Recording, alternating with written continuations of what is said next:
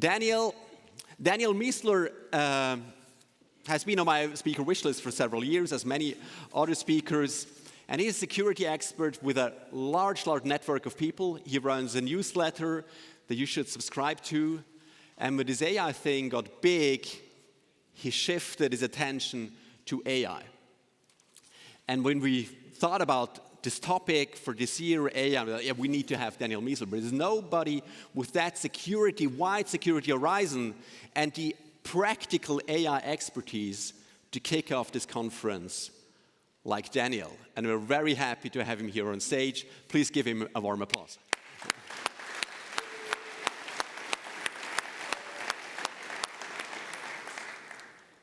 All right, everyone hear me? Excellent. All right, thanks so much for having me. So what I want to talk about today is an AI risk that I think not many people are thinking about yet. So there's lots of AI risks out there that we need to be taking seriously, and a lot of people are talking about because they're very important. But the risk I want to talk about is consultancies like these and 1,000 other smaller ones using AI to significantly disrupt how we manage our work. So I want to break it into 4 pieces. So the problem that leaves us vulnerable, the way that AI will manifest, a working example of this system, and then generalizing the concept and giving some takeaways. So first we start with the problem. So I think the problem is that many teams and leaders, and hopefully nobody in this room, but it definitely has been me in the past in different roles when I was getting started, essentially are kind of just winging it. The vision changes all the time, the goals change all the time, and the story changes all the time. And when they're asked to prove that they're adding value to the team or to the company, there's always like a scramble. And there's lots of people doing manual work to try to assemble a narrative that proves that this team is actually valuable to the company. And the result is that the team is always having to defend itself. It's hard to get people excited about the team. You feel like you're always just repeating yourself, and people are very confused about what you're doing. You end up losing talent. You have lots of attrition. And teams can't really depend on you because your story keeps changing. And ultimately, the really bad version of this is that the CEO and the CFO start wondering, why are we spending money on this team? Unfortunately, this is a perfect opening for AI, because AI is phenomenal at organizing things into a clear structure and then explaining that structure. It's like basically its superpower. So it'll be able to describe the program, clearly define what success looks like, and then track progress over time. And to see how serious this is and how fast it's happening, you could look at this stat, which is absolutely crazy to me. I had to look it up multiple times. It actually comes from the New York Times, so it's a real stat. 40% of McKinsey's business is already AI. And I mean, AI essentially just started like a year and a half ago, or depending when you start counting. But 40% of its business already AI. So this isn't starting to happen, it's already happening. So I want to talk about the actual implementation that I see coming and that I think these companies are going to use. And to be clear, what I'm about to show is an actual working thing. It's not like a mock-up. This is a working system.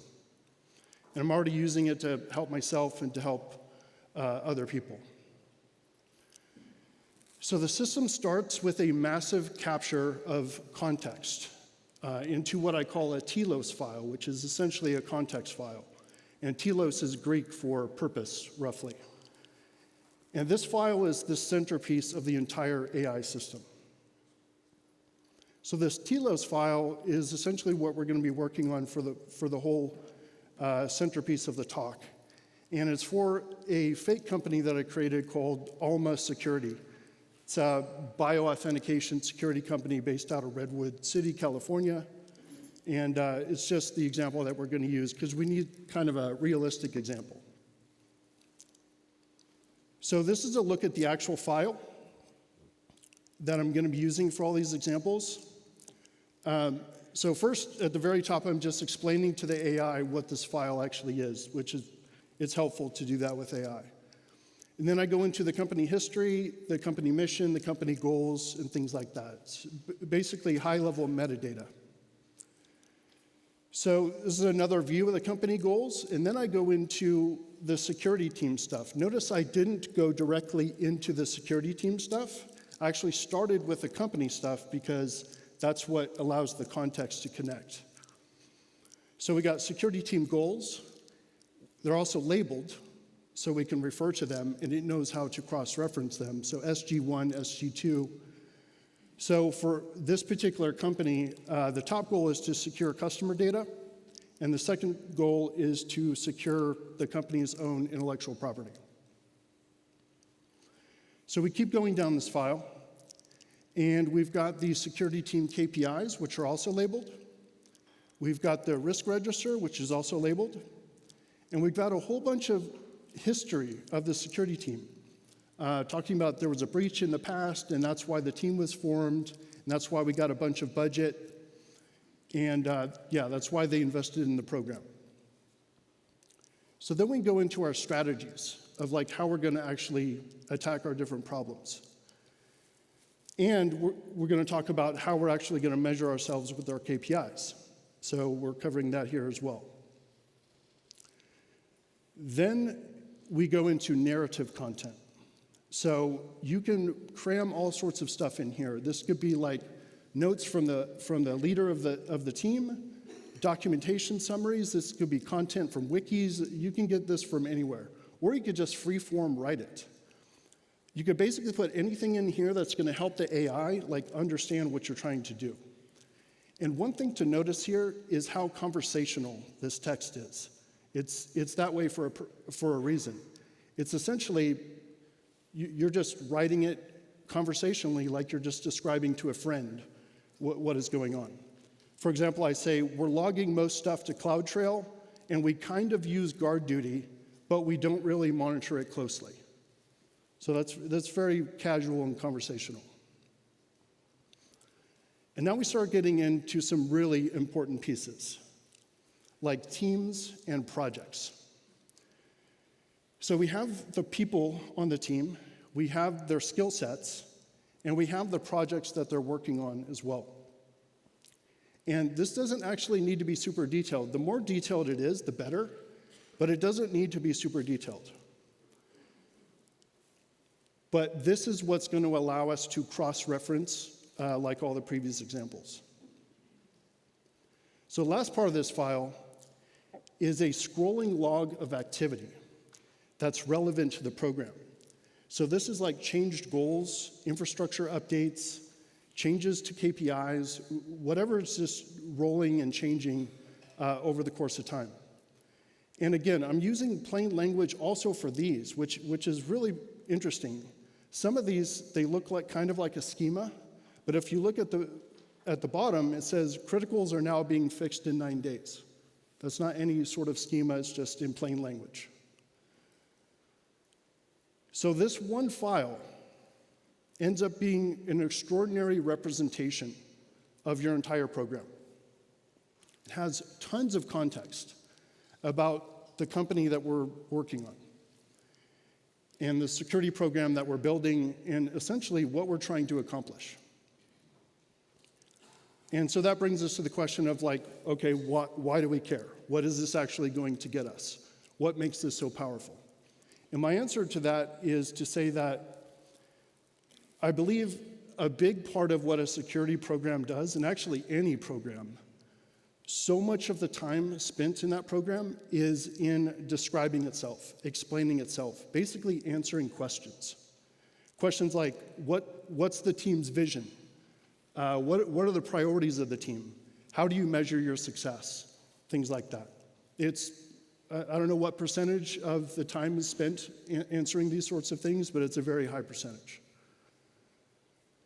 And the trick is they're actually asking these top questions, right? That's technically what they're asking. But emotionally, what they're really asking are these bottom things.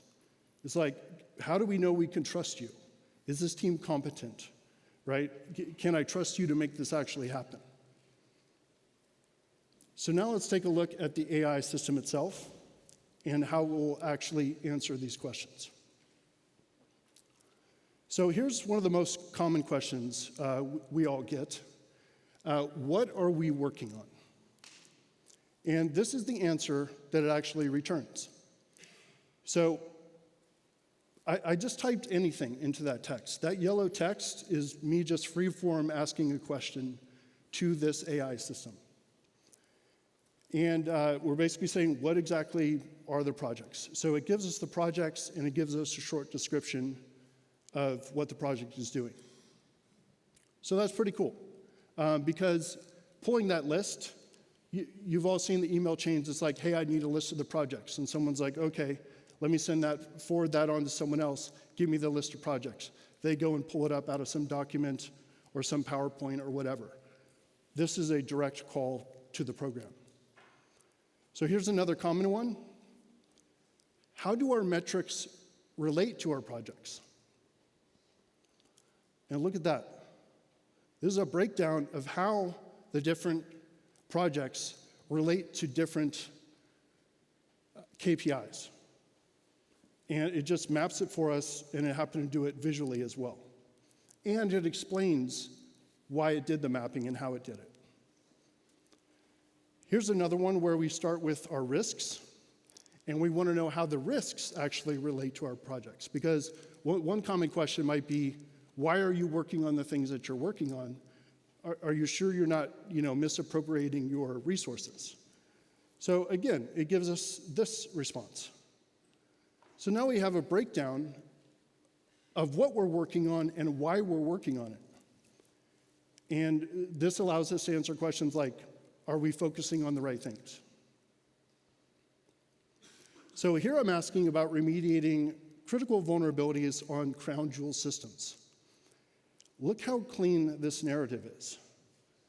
I mean, this is pretty nice. Here's the progress on remediating critical vulnerabilities, and it gives the time, and you can see the times are going down. So you could actually just copy and paste this and send it to whoever. So this is total critical remediations. And this one, we're actually calling a tool called Fabric, which we're going to talk about in a second. And we're saying create a graph. So the output here is, if you recognize the format, this is essentially like CSV format. And what's crazy is you could just take that output, you could pipe it into a tool that creates a visual, or you could just paste it into any tool that does data visualization, and you'll get a graph like this. And you could just take this and put it in any presentation. So those are pretty cool. That answers a lot of the questions that we commonly get, which is really useful. But to show the actual strength of this, we want to go a level deeper. So this is a more advanced example. So this is saying we're actually going to lose a team member. Nadia is going to lose the team. She's not actually leaving the team, but just for the example. And this is what it gives me. And keep in mind, the more detail you have about the team members and about their projects and about their skill sets, the better this is going to be.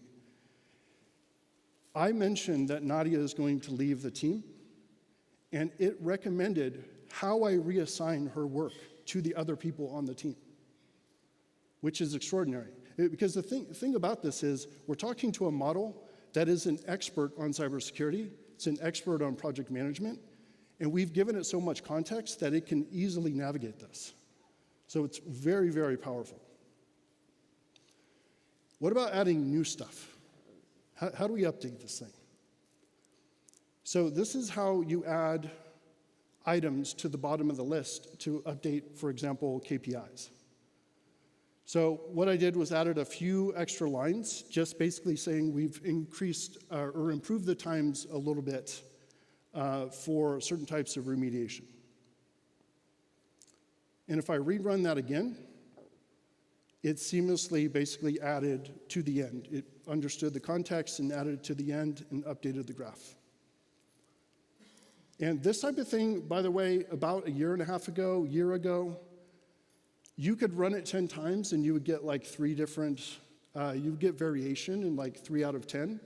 It's now locking in really, really strong, especially with the latest versions of GPT-4 and Sonnet 3.5. It's hardly making any mistakes at this point.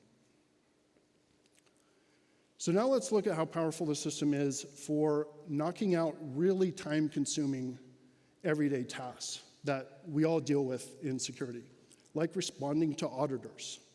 So here I'm telling it I need a response to an external auditor about critical vulnerable remediation times.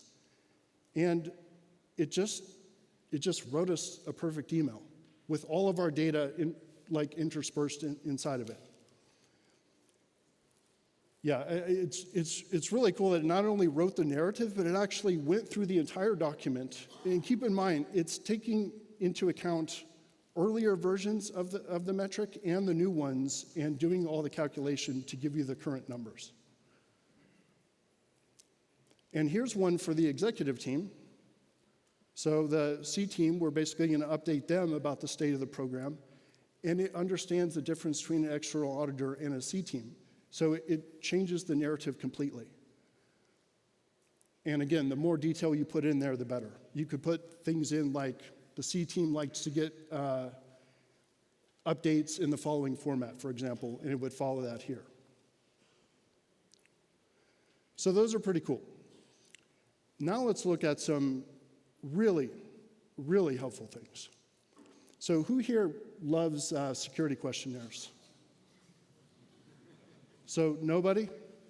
Okay, I don't know why you raised your hand. That's crazy. We have one person. Nobody talked to him.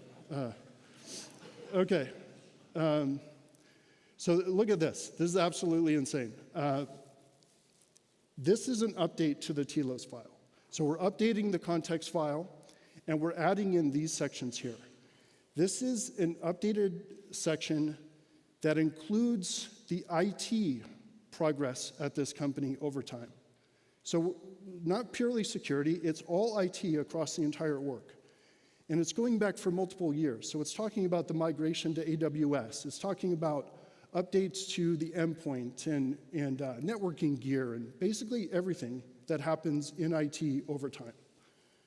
So, for example, rolled out Sentinel-1 on 50% of corporate laptops in August of 2020. So the question we're being asked by a customer is what percentage of endpoints are protected by endpoint protection? And it gives us the answer. It finds in the context and gives us the answer automatically. And we can just copy and paste this right to the customer. So here's one asking about how much of our infrastructure is US-based. You all might actually get the opposite question. Let's make sure it's not US-based. But you know, you'll get questions like this. They want to know about region and for data privacy reasons. And I also asked it to give me the answer based on on-prem and cloud. And it gives me the answer, and it gives me in a narrative, which is a response that I can paste to whoever's asking. So this is essentially automation of security questionnaires, assuming you have enough context inside of your file. And this I want to emphasize very, very strongly. This is not a database. We have not created a database here. We've created a state of our program, a state of our IT, and we've done it in natural language. So we're not updating a schema, we're not like messing around with third-party tools. This is text that's allowing us to do this. So it's the combination of the Telos file and the AI to dynamically answer these questions when asked. So throughout these examples, I've been using this tool called Fabric. So this is a tool I released in January of this year, and it's what allows you to run more complex AI commands instead of having to type them out each and every time. So the commands that you can run with Fabric are called patterns, and they're essentially really, really advanced and well-structured prompts. So the patterns have a very clear purpose. They have a structure like this. They're all marked down because they're designed to be readable and editable by humans very easily. And they're designed to do one task extremely well. For example, visualizing graph data. So if you look at the previous examples where you saw the yellow text, I was essentially typing in there freeform. But what's really powerful is taking all those things after you've done this for a little while, or if you've been a manager for a while, you already know the tasks that you have to do all the time. You could basically turn those into Fabric patterns. And this is what you end up with. You end up with two things. You have your context file, which represents your program, whatever it is that you're managing, and you have the patterns that run against it.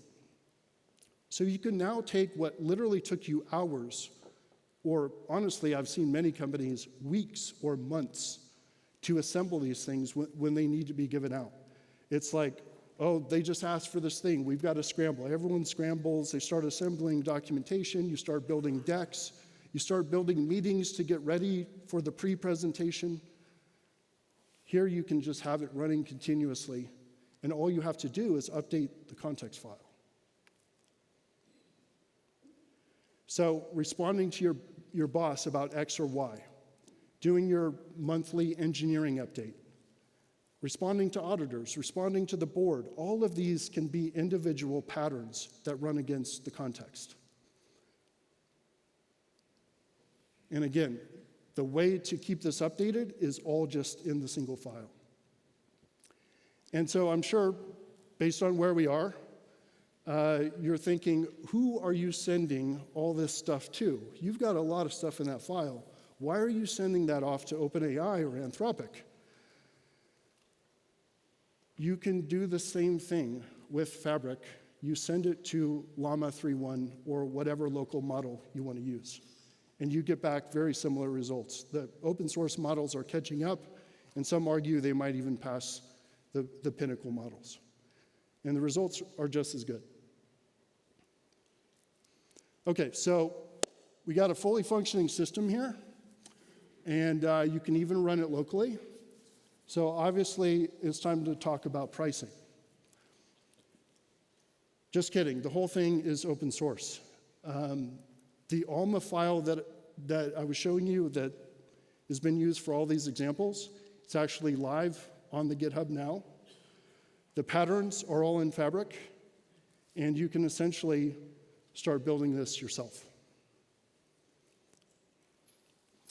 All right, so now I want to give you the bad news. And this is a little scary, but I think we can handle it.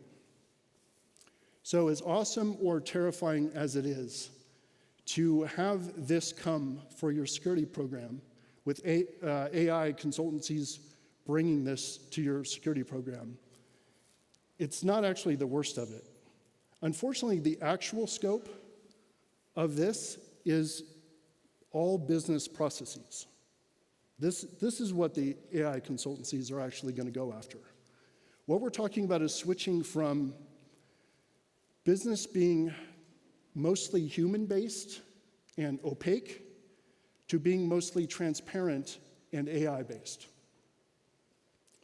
So as a very quick example, imagine somebody who works at an insurance company, a cyber insurance company, let's say, for example, and this is a human worker doing this particular job right here.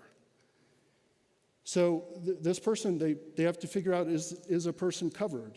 There's a video of them giving testimony, or there's a video of them reviewing the damage on the vehicle, or whatever it is. If it's cyber, it'd be something different. So they've got to review the policy, they've got to review the evidence, and ultimately they have to make a decision. Now, you see the brains in the graphic there? Those are all intelligence tasks that thousands of companies and probably hundreds, tens or hundreds of billions of dollars are being actively planned and invested to replace the human tasks in that picture, and many others like them. Because it turns out all businesses are basically giant graphs of algorithms like these. So if you think about any business or your own business, you can break them down in this way. And this is the first thing that these AI consultancies are going to do, is they're going to show up with an army of smiling 22-year-olds, and they're just going to go in and consume and interview everyone, review all the documentation. Of course, they'll use AI to review the documentation as well. But they will come in and they will uncover and open up the entire business. Once that's all been captured, all of these workflows will be added to the AI context. And just like we saw with our security program, when you ask it where there are redundancies, where can we reduce headcount, where can we find optimizations, it's going to have really good answers. And it's not like the consultancies are actually going to be fighting to get in there. The business is going to be welcoming them in. They can't wait for this to happen, because the result of this is going to be them making a whole lot more money with a whole lot less cost. So the bad news is this is what's coming for us. And the good news is that if you're hearing this right now, I think you've got like a 1 to 3 year head start. Who knows the actual numbers? But you've got like a 1 to 3 year head start in getting ready for this. So what I recommend everyone start doing, basically immediately, is start looking at every business process that you deal with as a graph of algorithms. Start building context files for anything that you manage and that you want to improve. Get quickly up to speed on using AI tools running against your Telos or your context files. And finally, and most importantly, when you're building out your Telos files, make sure you are orienting around the mission, the strategy, and the goals, which are the most human parts, because those are the hardest parts to replace. Thanks for your time.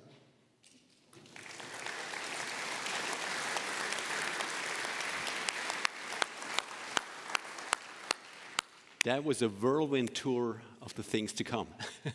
Thank you very much, Daniel. Any questions? Yeah, let's see if thank you. Now we see the audience. You all stunned? Nobody be shy. Where you have questions?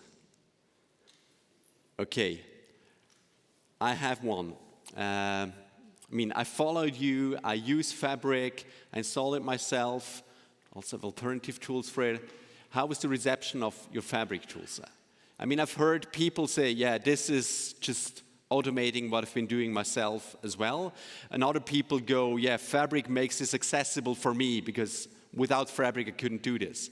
So what is the reception for you? What do you hear about you've proposed the reception has been pretty extraordinary. I think it's got like 24,000 stars or something, and it just started in January. So there's lots of people contributing patterns.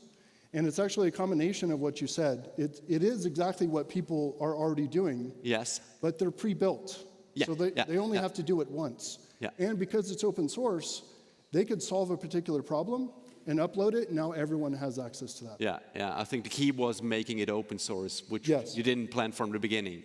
But I think that brought you to 24K stars. Yeah. Apparently. Yeah. Other questions in the room? Yeah. There is one here at the back. Could we have the mic here? So no, wait for the mic, please.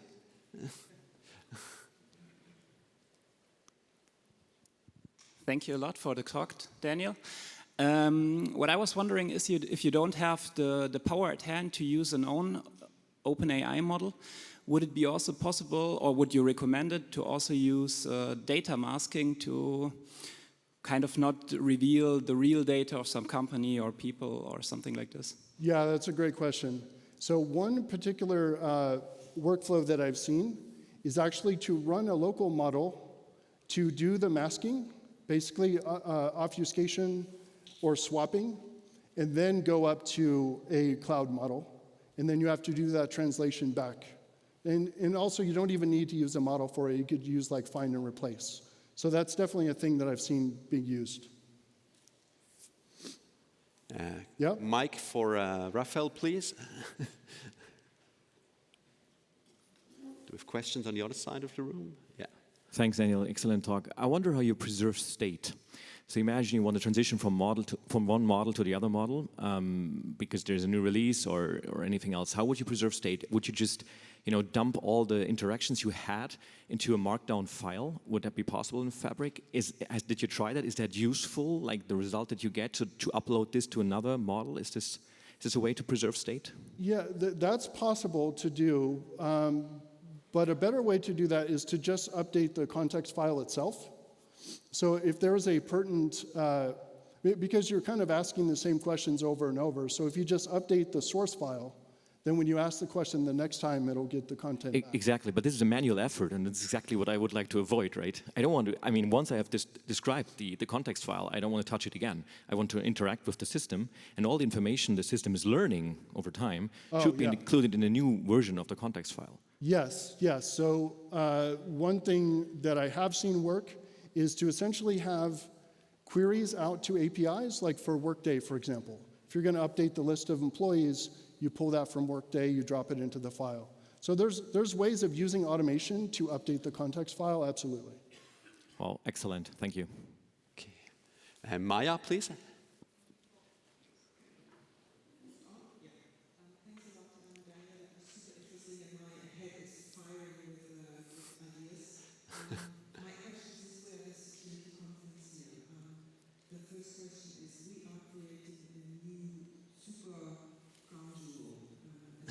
And my question is how to secure that. And the second question goes on to the open source prompts really. What kind of skills does your security team has to have to check before deploying these prompts? Yeah, great questions. No question, this thing is a super crown jewel. Especially, the better it is, the more of a super crown jewel it is, especially if you're listing your actual risks. Because this example, we actually have the risk register there, which is the thing the security team is most worried about. But then we've also got the public answers for answering security questionnaires. So it's just, yeah, you have to be very, very careful with this file, obviously. Remind me of the second question. Second question was on what kind of skills does your security team have to check whether they can actually employ those prompts? Yes, so essentially, it's not too much at all. If you review the Fabric patterns, it's got a very structured style. It describes the purpose of the prompt and everything. You just essentially fill it in. So really, the skill set for that is actually really good articulation of problems. So it should be well within like the capabilities of pretty much any engineer after a few tries. Yeah, it's pretty approachable. Very good. We have a question up there. Yeah, hello all. I see the AI power is super strong, but often I see that we as humans have no evidence to check where the answers are coming from. So what I'm missing all of these elements is an indicator where the answer is coming from or where the text is coming from. And without that, we believe that the AI makes everything completely right and have no chance to see where the sources are and the answer has been generated, compiled. Yes, yeah, great question. So a lot of the patterns that I specifically use, and they were actually in the examples here as well, I ask it to articulate its reasoning. It actually helps it make better answers as well because it knows its work is going to be checked. I've actually got another talk here where I presented specifically on that as well, where you have different types of AIs evaluating the output of another AI and basically giving its reasons for believing that this is something that can be trusted. So I think there's multiple ways to go about this, but the first level is to ask it to explain itself.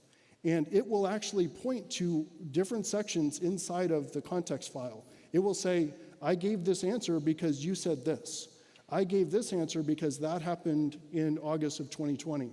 So it can do a rudimentary level of explaining itself. Okay, there is one question here at third row. Mike is coming.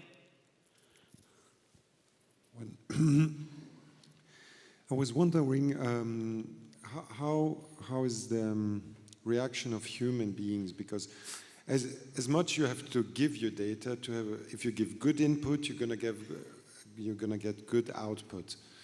But as this intelligence seems to be replacing some humans, is there some resistance of giving good data of humans to keep their job because they don't want to be completely transparent and have their hidden garden?